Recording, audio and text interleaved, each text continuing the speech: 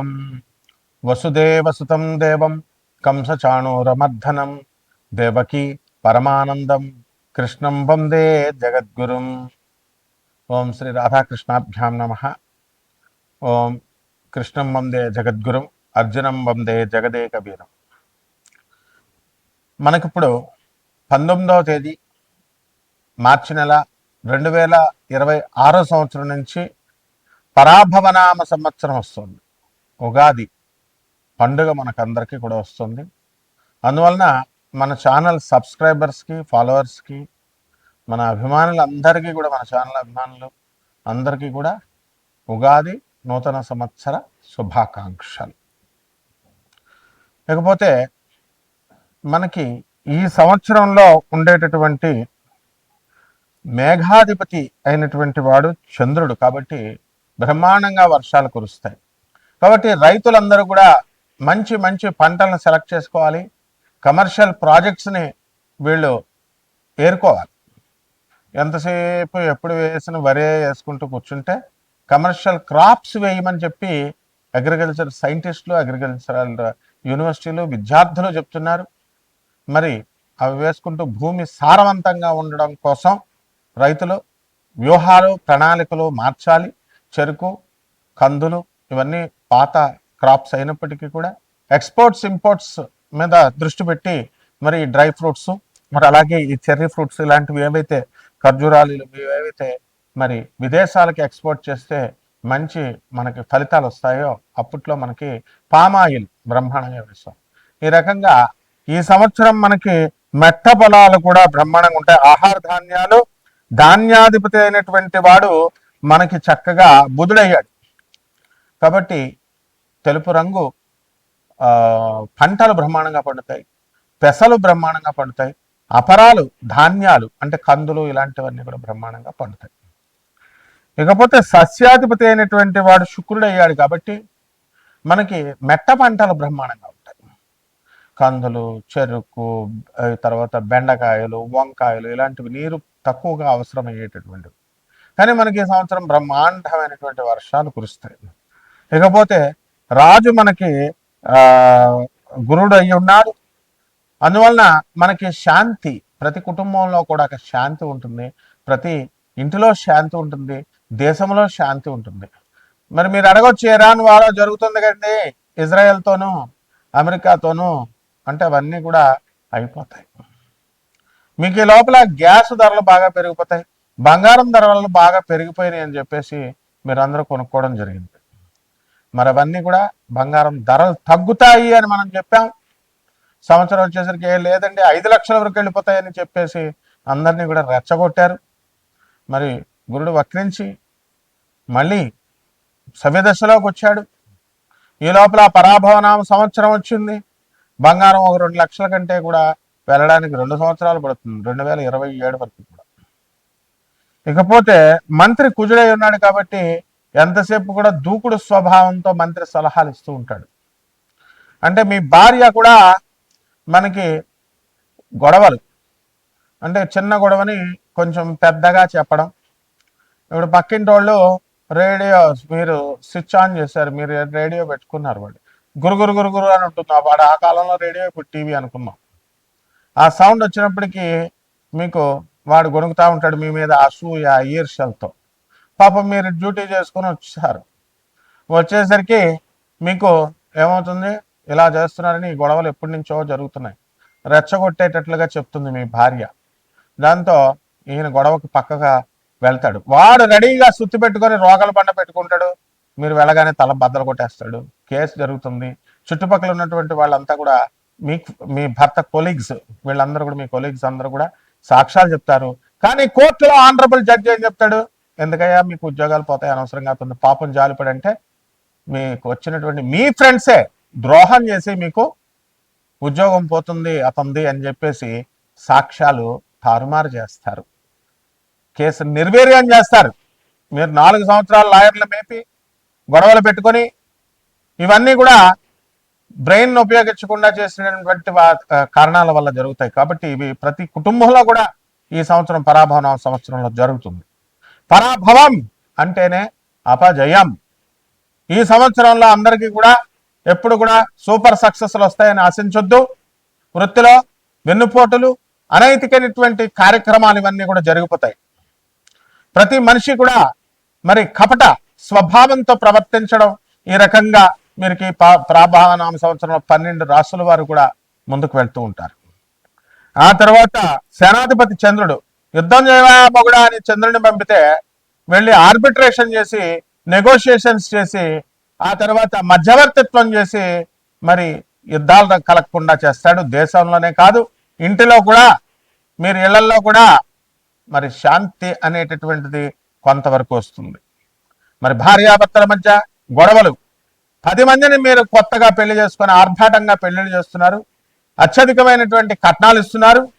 కట్నాలు ఇవ్వడం నేరం, తీసుకోవడం నేరం అని చెప్పి చట్టం చెప్తున్నా సరే అదే పోలీస్ ఆఫీసర్లు, అదే ఆనరబుల్ జడ్జెస్, అదే లాయర్లకు కూడా తప్పడం లేదు ఈ యొక్క కట్నాలు ఇవ్వడం, కట్నాలు తీసుకోవడం.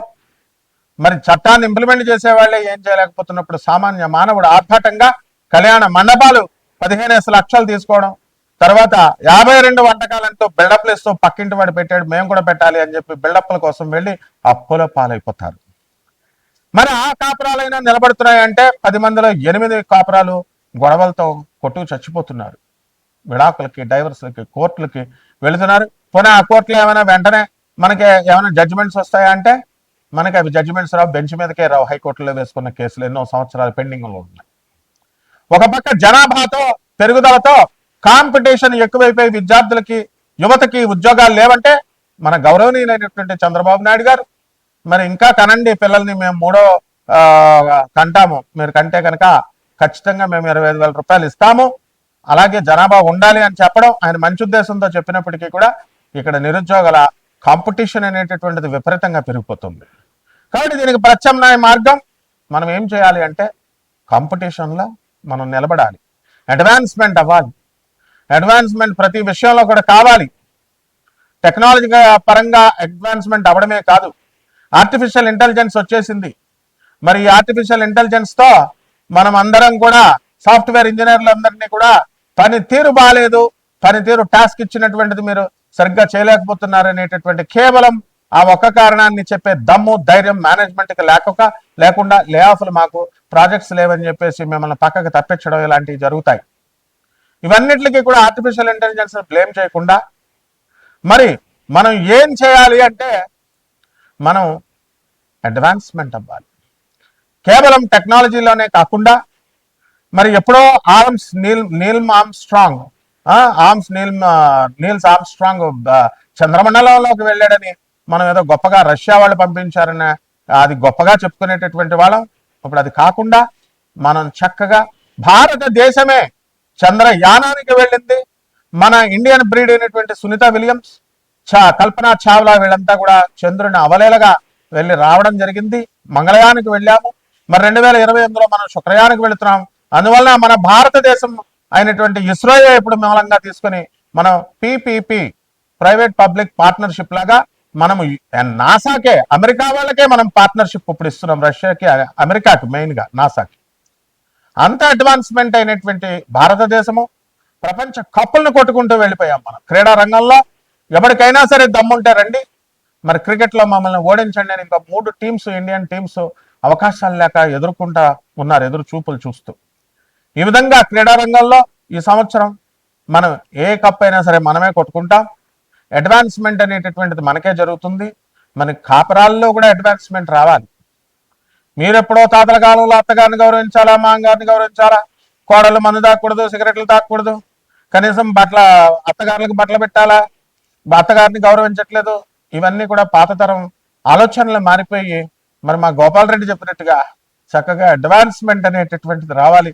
సహృదయంతో ఇప్పుడు ఉన్నటువంటి వాళ్ళందరూ కూడా యువత ఇప్పుడు జనరేషన్కి తగ్గట్టుగా వాళ్ళ భార్యల యొక్క అభిరుచులను చూసుకుంటూ వాళ్ళ కుటుంబాల నేపథ్యంలో మీరందరూ equal rights, mutual confidence, mutual understanding, mutual కాన్ఫిడెన్స్తో, మ్యూచువల్ రెస్పెక్ట్తో ముందుకు వెళ్ళినప్పుడు ఎందుకు వస్తాయి ఇవన్నీ కూడా? ఇది ఆర్బిట్రేషన్, చంద్రుడు చేసేటటువంటి ఆర్బిట్రేషన్. సో ఆ విధంగా ఈ యొక్క మేము లేదండి, మేము ఛాందసబద్ధంగానే ఉంటాం, మేము పాత పద్ధతులతోనే ఉంటామంటే కోర్టుల చుట్టూ తిరగ తప్పదు, పోలీస్ స్టేషన్ చుట్టూ తప్పదు. అరే పోలీసు వాళ్ళే చెప్తున్నారు మీకు, ఐపీఎస్ ఆఫీసర్లు, ఎందుకురా మీకు ఎన్ఆర్ఐలు హాయిగా ఇక్కడ ఇండియాలో ఉన్న వాళ్ళని చేసుకోండి, ఎందుకు అక్కడికి ఆ దేశాలకు వెళ్ళి అక్కడ అనవసరంగా మోసపోవడం అంటే మాకు ఫారిన్ వెళ్ళిన వాళ్ళు ఇంకా తిరిగి రారు. ఇక్కడ తల్లిదండ్రులు మీకు హార్ట్ అటాక్లు వచ్చినా మీరు కూడా మా పిల్లలు అమెరికాలో ఉండాలి, అమెరికాలో ఉండాలి, అమెరికాలో ఉండాలి. అందుకే కరెక్ట్ అయినటువంటి మొగుడు మీకు ట్రంప్. అక్కడ ఆయన తన యొక్క స్వలాభాల కోసం యుద్ధం చేస్తాడు ఇరాన్ కోసం. మరి రేపు రాబోయేటటువంటి 2028వ సంవత్సరంలో అతనికి సెకండ్ అసెస్మెంట్ లో మరి సెకండ్ స్టేజ్ లో ఆయన కనుక యుద్ధం చేయకపోతే ఆయనకి సర్వైవల్ లేదు. ఈ విధంగా మన యొక్క గురుడు మనకి గురు మార్పు ఏమవుతుంది, కర్కాటక రాశిలోకి 2 జూన్ 2026 సంవత్సరం నుంచి మనకి కర్కాటక రాశి ప్రవేశం చేస్తున్నాడు. అందరికీ కూడా మేధస్సు పెరుగుతుంది. ఆ విధంగా ఈ యొక్క శని సంపూర్ణంగా మీనరాశిలోనే వక్రించి ఉండడము, ఈ విధంగా మీనరాశిలో ఉంటాడు. ఆ విధంగా ఈ యొక్క శని కూడా మనకి మీనరాశిలో మనము ఏం చేస్తాడండి, ఎంటైర్ ఇయర్ అంతా కూడా ఉన్నాయి వక్రించి 27 జూలై 2026 సంవత్సరం నుంచి 11 డిసెంబర్ 2026 సంవత్సరం వరకు కూడా శని వక్రించి మీనరాశిలోనే ఉండడం అనేటటువంటిది జరుగుతుంది. ఈ విధంగా కుజుడు మీనరాశి ప్రవేశం 2 ఏప్రిల్ 2026 సంవత్సరంలో జరుగుతుంది. మరి యొక్క రాహు కేతువులు కూడా మనకి 5 డిసెంబర్ 2026 సంవత్సరం నుంచి కుంభరాశి నుంచి రాహు మరి మకర రాశిలోకి, కేతువు సింహరాశి నుంచి మనకి ఈ యొక్క కర్కాటక రాశిలోకి ప్రవేశించడం ద్వారా 12 రాశుల వారికి అందరికీ కూడా ఈ ఉగాది ఏ రాశుల వారికి మంచి చేస్తుంది, ఏ రాశుల వారికి హాని చేస్తుంది, ఏ రాశుల వారికి యావరేజ్ గా ఉంటుందో మనము సశాస్త్రీయంగా, వైదికంగా, సహేతుకంగా, రేషనల్ గా, లాజికల్ కన్సిస్టెన్సీతో, సైంటిఫిక్ అప్రోచ్ తో అండ్ ఈ యొక్క రేషనల్ అప్రోచ్ తో మనం చూద్దాం ఈ వీడియోలో. కుంభరాశి అసలు ఎక్కడికో వెళ్ళిపోతారండి బాబు. కుంభరాశి ఏలినాటి జరుగుతుంది, పరాభవనామ సంవత్సరం, గురుడు 5వ ఇల్లు. ఏం కావాలండి మీకు చెప్పండి?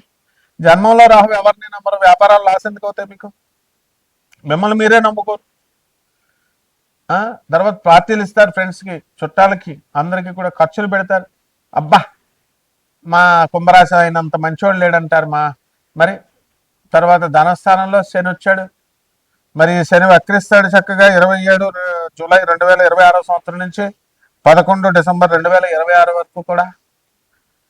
దాంతో మీరు ఎక్కడికో వెళ్ళిపోతారు. ధనస్థానంలో అన్యాయార్జిత డబ్బులు వచ్చేస్తాయి మీకు. కుట్రలు కుతంత్రాలు సినిమా టైప్లో వేయాల్సిన ప్లాన్స్ వేయాల్సిన అవసరం లేదు. మీ అమ్మమ్మ టఫీ, మీ నాయనమ్మ టఫీ, డబ్బులు వచ్చేస్తాయి, పితరార్జితమైనటువంటి డబ్బులు. మరి ఈ యొక్క డబ్బులు అక్కర్లేదండి మాకు అనేవాళ్ళు మేము చూసామమ్మా. అమ్మమ్మలు నాయనమ్మలు చచ్చిపోతే అరగంటకి వేలు ముద్రలు వేసేసిన వాళ్ళని కూడా మేము చూసాం. కాబట్టి అవేం చెప్పొద్దు నాకు. కుంభరాశి బాగుందంటే బాగుంది, బాగాలేదండి మాకు ఉద్యోగాలు రావట్లేదు, మాకు పనులు రావట్లేదు అంటే కుదరదు. వస్తాయి. గురుడు 5వ ఇల్లు రాంగ్ చెప్పదు. సంతానం లేనటువంటి వాళ్ళకి సంతానాలు పుట్టేస్తారు అంతే.